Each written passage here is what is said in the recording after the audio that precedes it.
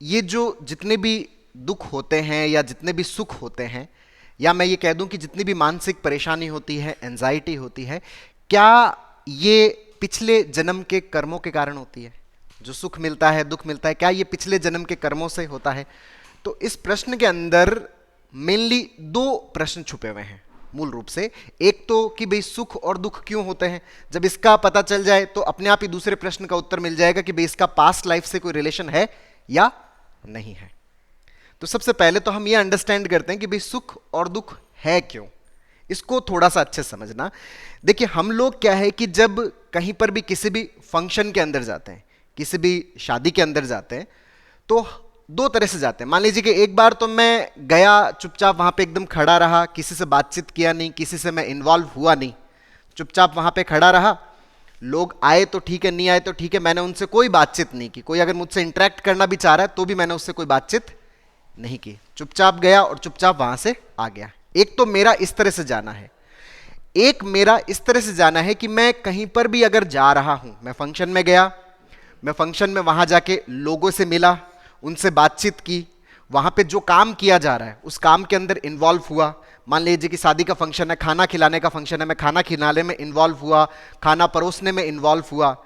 तो इस तरह से मैं वहां पर इन्वॉल्व हुआ और उसके बाद मैं वापस आता हूं। अच्छा, आप मुझे बता सकते हैं कि मजा ज्यादा किस में आता है? जो इन्वॉल्वमेंट वाला पार्ट है। अगर आप कहीं पर भी जाते हो, अगर आप वहां पर इन्वॉल्व होते हो, इन्वॉल्व होने का मतलब क्या है? आप अगर वहां पर जुड़ते हो, उस चीज से कनेक्ट होते हो, तो जब आप कनेक्ट होते हो तो कनेक्ट होने पर हमें क्या मिलता है? मजा मिलता है। अगर आप कनेक्ट नहीं होते तो आपको मजा नहीं मिलता। मतलब सुख कब मिलता है? जब आप जुड़ते हो। अगर आप जुड़ते नहीं हो तो सुख नहीं मिलता। अच्छा, इसको कुछ यूं समझिए कि जैसे मान लीजिए कि कोई कंपनी है, कोई कंपनी है, वहां पर बहुत सारे लोग काम कर रहे हैं, आप उस कंपनी में जाते हो। अच्छा, अगर आपका उस कंपनी के साथ में जुड़ाव है तो आप उस कंपनी में क्या कर रहे होते हो? काम कर रहे होते हो। और अगर आपका उस कंपनी के साथ में जुड़ाव नहीं है, मतलब आप वहां पर काम नहीं कर। तो कहीं पर भी अगर जुड़ाव की परिभाषा को अगर देखा जाए कि अगर मैं जुड़ना चाहता हूं, इसका मतलब मैं वहां पे क्या कर रहा हूं? कुछ ना कुछ कर रहा हूं, कोई ना कोई कार्य कर रहा हूं, कोई ना कोई काम कर रहा हूं, मैं एक्टिव हूं, मेरा इन्वॉल्वमेंट है। तो जो इन्वॉल्वमेंट है, जो एक्टिव वाला पार्ट है, यही हमें क्या देता है? सुख देता है। यही हमें क्या देता है? आनंद देता है। अगर आप कहीं पर भी इन्वॉल्व नहीं हो, कहीं पर भी आप जुड़े हुए नहीं हो किसी भी चीज से, तो आपको आनंद नहीं मिलता। जैसे मेरा ये वर्तमान है, अगर हम अपने वर्तमान समय के साथ में अपना जुड़ाव महसूस करते हैं, अपने टाइम के साथ में अपन इंगेजमेंट फील करते हैं, अपने परिवार के साथ में, अपने समाज के साथ में, अपने आसपास के इस पूरे अस्तित्व के साथ में अगर अपन जुड़ा हुआ महसूस करते हैं तो हमें क्या मिलता है? आनंद मिलता है। अगर जुड़ा हुआ महसूस नहीं करते तो हमें बिल्कुल भी मजा नहीं आता, बिल्कुल भी मस्ती महसूस नहीं होती। अच्छा, हमारे अंदर जो फीलिंग्स होती है ना, वो फीलिंग्स सबकी समान होती है। सुख की फीलिंग्स जो है ना, वो सब में समान होती है।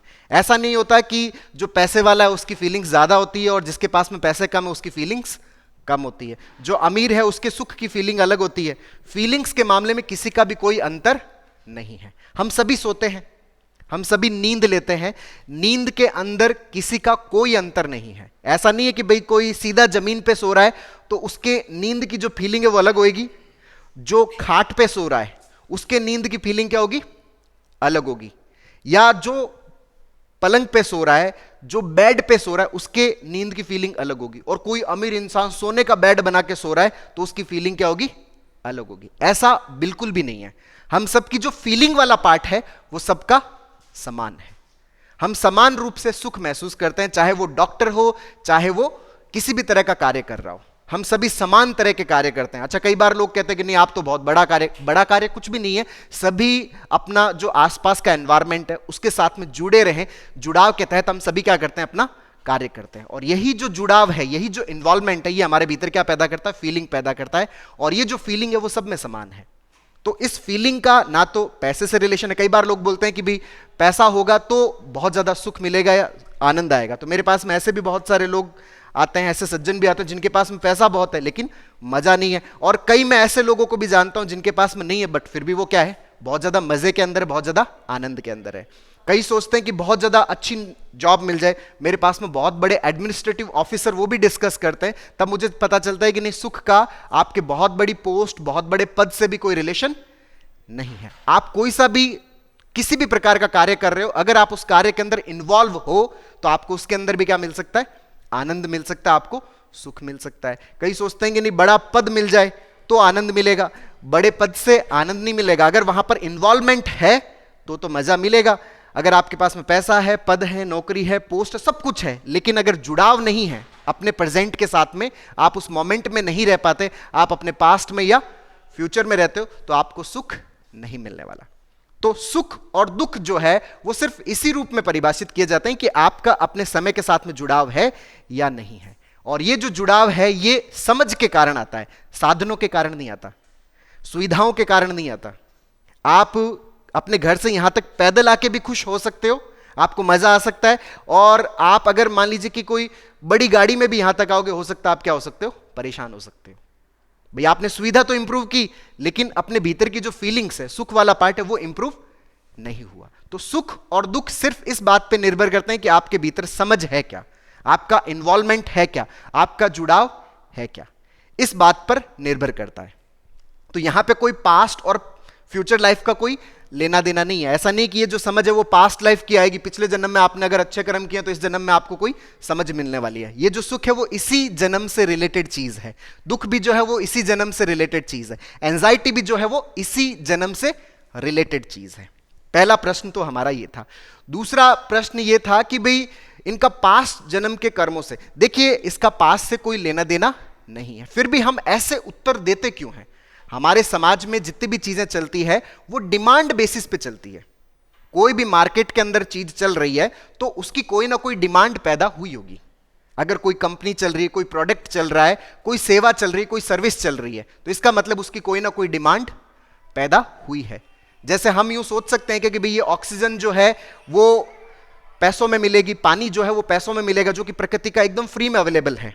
लेकिन जैसे जैसे टाइम बदलता गया, डिमांड पैदा हुई, लोगों को और ज्यादा साफ पानी चाहिए, तो लोगों ने बोतल में बंद करके पानी को क्या कर दिया?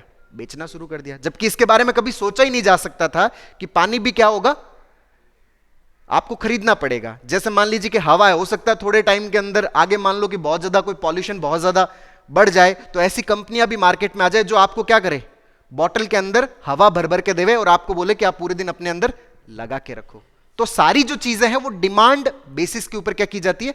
सप्लाई होती है। डिमांड के आधार पर उनका क्या होता है? क्रिएशन होता है। उसी तरीके से ये जो उत्तर है कि जो दुख है वो आपके पास्ट लाइफ के कर्मों के कारण है, इसकी भी कोई ना कोई डिमांड पैदा हुई होगी। अच्छा, डिमांड किस तरह की? मान लीजिए कि किसी के जो घर में एक बच्चा पैदा हुआ और उसको मान लीजिए कि किसी भी प्रकार का कोई डिफेक्ट था, बर्थ के टाइम कोई डिफेक्ट हो गया, प्रॉपर उसका फॉर्मेशन नहीं हो पाया, तो अब डिफेक्ट पैदा हो गया, तो माता पिता जो है वो ये सोचने लग गए कि यार इस बच्चे के अंदर दिक्कत हुई, मतलब हमसे कोई गलती हो गई, हमसे कोई मिस्टेक हो गई, इस कारण से इस बच्चे के अंदर क्या हो गया?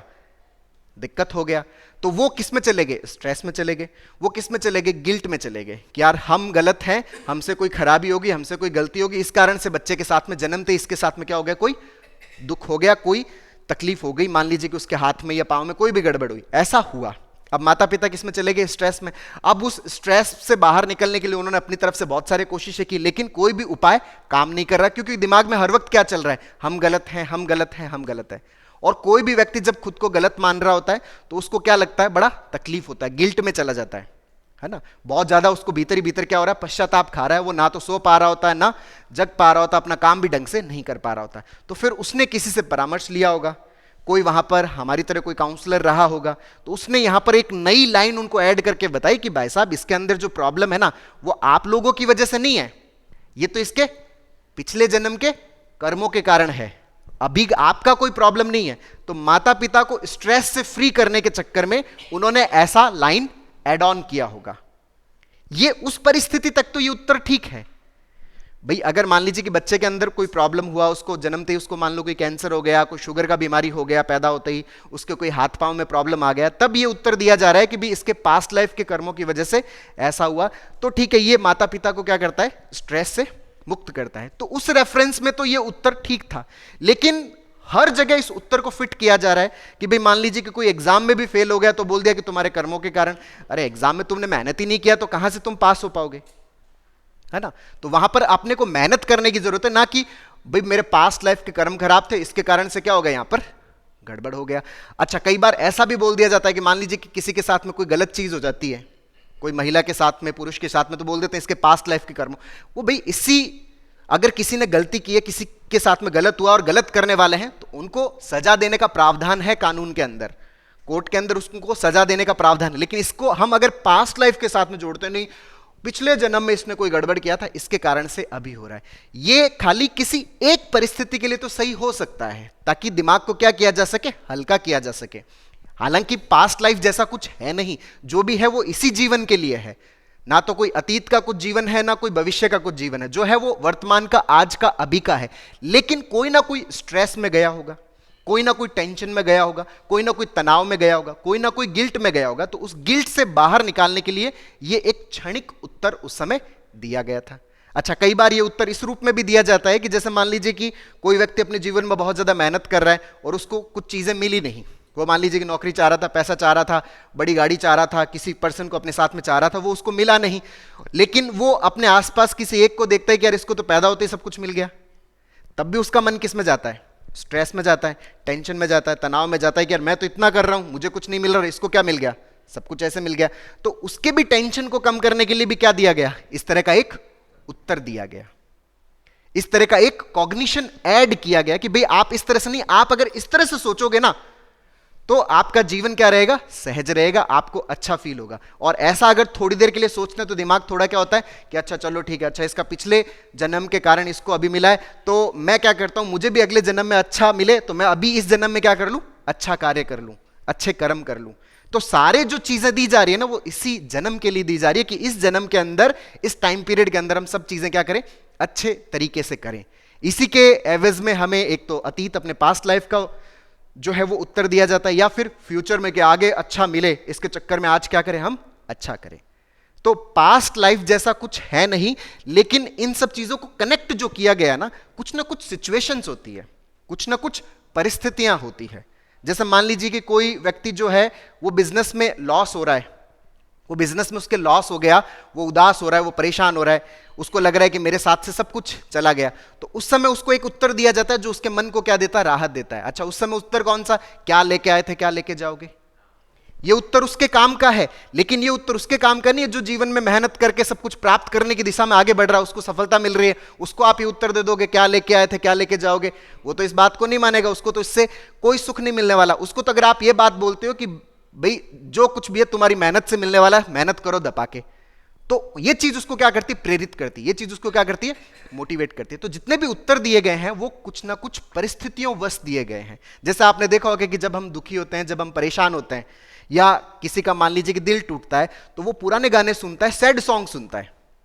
तो उस सैड सॉन्ग को सुनने पर उसको क्या मिलती है, तसल्ली मिलती है, राहत मिलती है ना। वो अगर मान लीजिए कि कुछ दिल टूटे हुए अपने दोस्तों से मिलता है, तो उसको क्या मिलता है, वहां राहत मिलती है। क्यों, क्योंकि उसको लगता है कि नहीं चलो ठीक है, कुछ अपने जैसे भी हैं, तो वहां पे उसको क्या मिलती है, तसल्ली मिलती है। लेकिन ये तसल्ली हर जगह काम नहीं आने वाली, कुछ पर्टिकुलर सिचुएशन तक तो ठीक है, लेकिन है ये सिर्फ और सिर्फ उत्तर। कोई ऐसा नहीं है कि इसके कारण से हम ये एक थॉट बना ले कि नहीं पास्ट लाइफ जैसा कुछ होता है या फ्यूचर लाइफ जैसा कुछ होता है। जो है अभी है, जो है आज है, और जो भी हमें इस जीवन में जो भी मिल रहा है, चाहे वो एंजाइटी है, चाहे वो साइकोलॉजिकल प्रॉब्लम है, चाहे वो सुख है, वो चाहे वो दुख है, वो इसी जन्म की हमारी जो लर्निंग है, इसी जन्म की जो हमारी समझ है, उसके कारण से, ना कि किसी पास्ट और फ्यूचर लाइफ के दिमागी कॉन्सेप्ट के कारण है।